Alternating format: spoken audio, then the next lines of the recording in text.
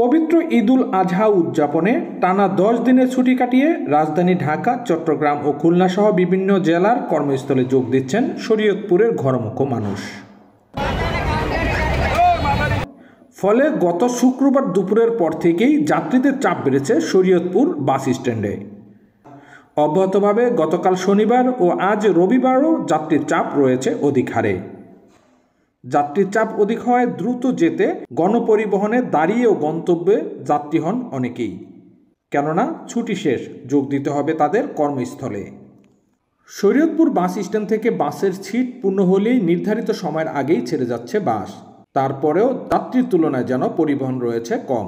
ভাড়া কিছুটা বেশি নেওয়ার অভিযোগ যাত্রীদের, তবে সেই অভিযোগ মানতে নারাজ পরিবহনের সংশ্লিষ্টরা।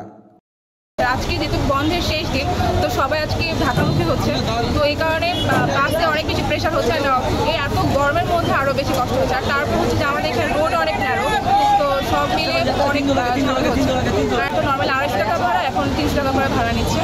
এই যে বাচ্চা নিয়ে দেখতেছি 3-4টা বাস দেখতেছি, একটা বাসের ভিতরে সিট পেতেছি না, ভাড়াও দেখতেছি অতিরিক্ত। কত টাকা ভাড়া, কত টাকা চাচ্ছে? এমনি যে 250 টাকা ভাড়া, 300 টাকা চাচ্ছে, কেউ 350 চাইছে, কেউ 400 টাকা চাইতেছে।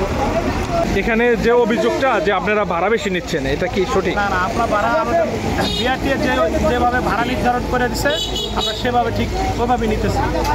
বিআরটির বাইরে আমরা 1 টাকাও বেশি দিচ্ছি না। সরকারিভাবে এটা চার্টে 296 টাকা আছে, এটা সব সময়ের জন্য। সুপার পরিবহন এটা 250 টাকা নেয় ঈদ ছাড়া, মানে 250 টাকা করে পিছনে টানতেছে। আর ঈদগুলোকে 300 টাকা নেয়।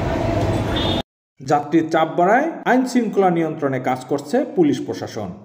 এদিকে স্বস্তির বিষয় হলো পদ্মা সেতুতে নেই কোনো যানজট।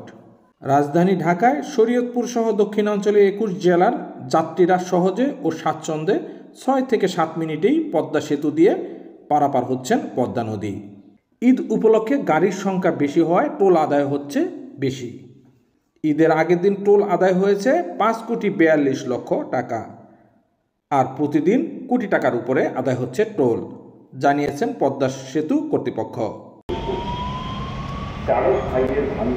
Mafizur Rahman Ripon, news plus 71, Shariatpur.